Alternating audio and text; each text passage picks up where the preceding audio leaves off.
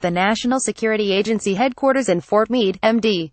Patrick SmithGetty Images Baltimore, a former National Security Agency employee, admitted on Friday that he had illegally taken from the agency classified documents believed to have subsequently been stolen from his home computer by heirs working for Russian intelligence. Nghia H, 67, of Ellicott City, Maryland, pleaded guilty to one count of willful retention of national defense information, an offense that carries a possible 10-year sentence. Prosecutors agreed not to seek more than 8 years, however, and Mr. Fo's attorney, Robert C. Bounceb, will be free to ask for a more lenient sentence. He remains free while awaiting sentencing on April 6. Mr. Fo had been charged in secret, though some news reports had given a limited description of the case. Officials unsealed the charges on Friday, resolving the long-running mystery of the defendant's identity.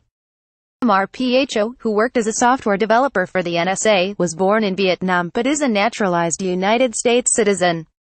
Prosecutors withheld from the public many details of his government work of the criminal case against him, which is linked to a continuing investigation of Russian ing. But in court documents, prosecutors did disclose that he worked from 2006 to 2016 for the n.s.a's Tailored Access Operations. The unit, whose name has now been changed to Computer Network Operations, is the n.s.a's fastest-growing component. It serves break into foreign computer networks to gather intelligence, often leaving behind software implants that continue to collect documents and other data and forward it to the agency for months or years. Prosecutors said that from 2010 until March 2015, Mr. Fo began removing classified documents and writings.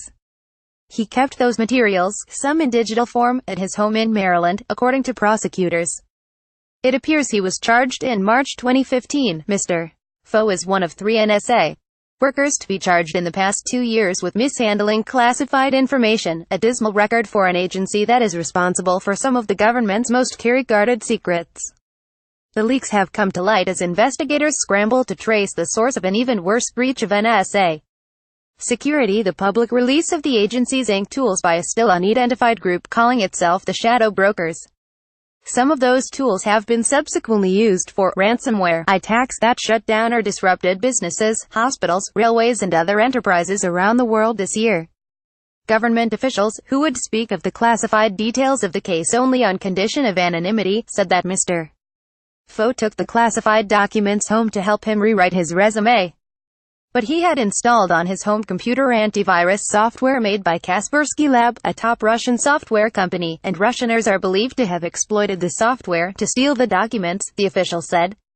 It is not clear whether anyone at Kaspersky Lab was aware of the document theft.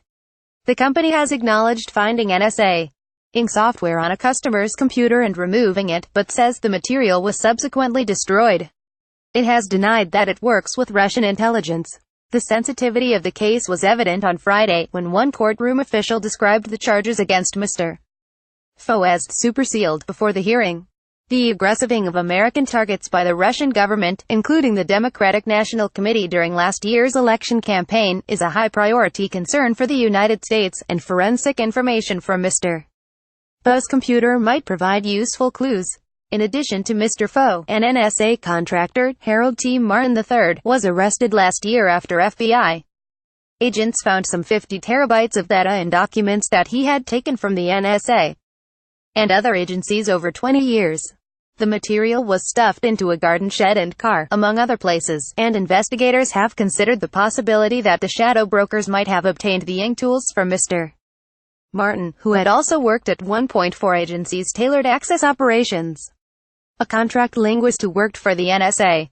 in Georgia, Reality Winner, was arrested in June and charged with providing a single n.s.a. document to the publication The Intercept. Both Mr. Martin and Ms. Winner are being held awaiting trial. Scott Shane reported from Baltimore and Adam Goldman from Washington.